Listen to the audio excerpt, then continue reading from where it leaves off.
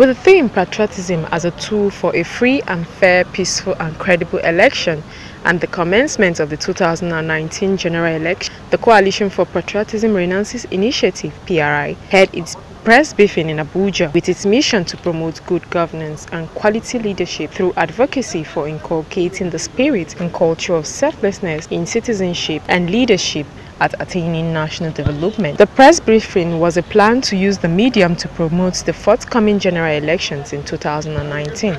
The national coordinator Suleiman Koko Dawodu states the organization's fulfillment as a benchmark to support good governance and fight the lack of patriotic values mostly elected leaders fail to. I'm from Canada, I suppose, at the time. We converged, we were worried about the state of the nation at the time. We brainstormed on the way forward in terms of dealing with the prevailing national issues as at the time. Some of them we recognized included, but not limited to, the issue of high level of insecurity, impunity, grand corruption, collapsed economy, almost collapse, institutional decay, unemployment, and very poor pace of infrastructural development in the country. These were their main concern, that we felt that something must be done. We can't continue to keep watching and passing by. Being of that concern, the outcome of that gathering is what led to this our initiative organization, which we specifically coined to reflect what is actually missing, or the lacuna within the whole system that is causing us all this derailment in the national development. So what we did, we come out of the concerted effort. We consider it necessary to raise awareness that we guided the voting class during the presidential elections in 2015. On the basis of that, we supported the present administration in ensuring that it succeeded in in winning the victory of the 2015 election. And that's the background, that's where we started from.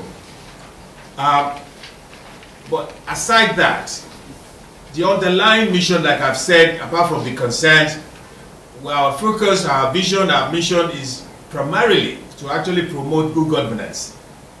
And so, and the quality leadership through advocacy for inculcation of the spirit and culture of selflessness in the citizens and leadership at all levels towards attaining national development. That is something that you and I will agree is missing, even as at today, in the large numbers, large section of the populace.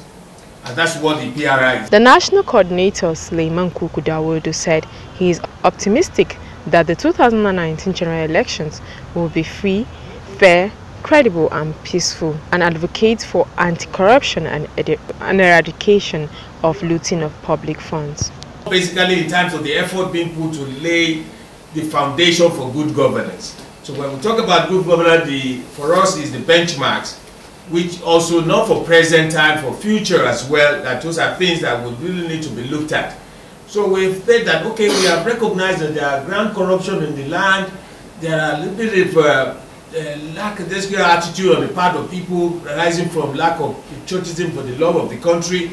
So these governments set out that we will put those foundations in, and that includes, and what I've done, we reiterate one or 2 points without going to details into all that has been said by any government. But that's not the purpose where we are here.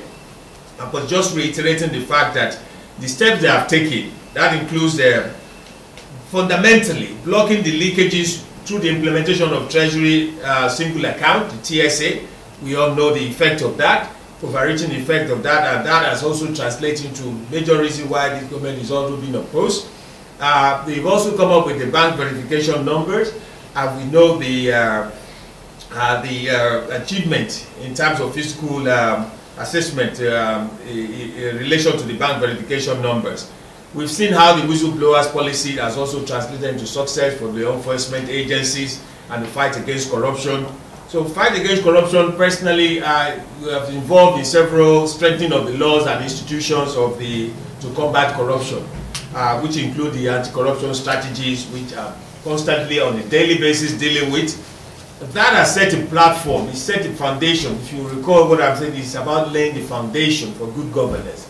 So that not for those present time, the government that is there, but for us moving forward, it will be there, and hopefully people coming after will take it further from there.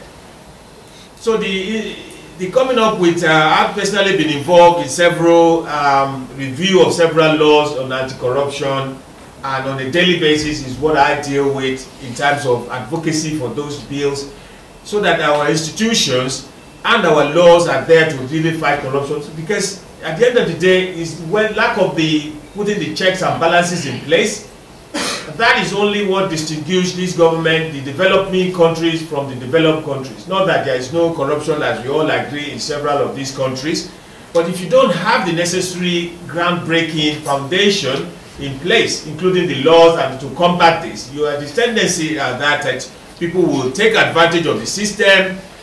They will also maneuver the system and the rest of it. But this is what the government has done, and most importantly, I've highlighted the process of crime bill. That is a bill that presently has been passed by the Senate, by the House of Reps. The Senate are just about passing it. I follow personally that bill particularly, because it's the first time that is also establishing a regime of civil forfeiture, so that it goes against you. For the first time, we're saying that people can account for wealth and properties or assets which they could not, that does not fit into their basic income.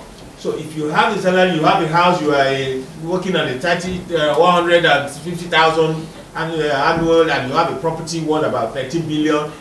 The bill is empowering the law enforcement agency to put an interim forfeiture on that property and charge you to explain how you've gotten that wealth.